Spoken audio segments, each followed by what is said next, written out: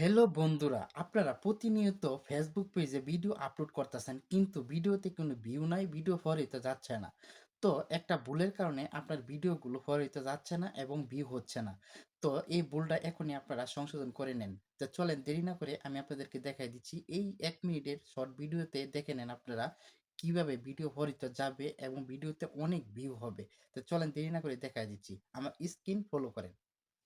Facebook পেজে video viral করতে হলে আপনার প্রথমে যেতে হবে, আপনার এখানে একটা টাচ করবেন। এখানে টাচ করার পর এখানে দেখেন এই যে ৩ টা ডট কম আছে, এখানে টাচ করবেন। এখানে টাচ করার পর এখানে দেখেন এডিট অপশন আছে, এখানে একটা টাচ করবেন।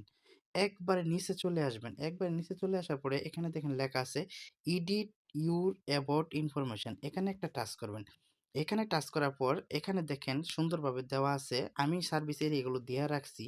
তো আপনারা এই যে দেখেন কলমের মতন একটা আইকন আছে, এটা হচ্ছে সার্ভিস এরিয়া, এখানে একটা টাচ করবেন। এই যে দেখেন আমি যেভাবে দিয়ে রাখছি আপনারাও এভাবে দিবেন।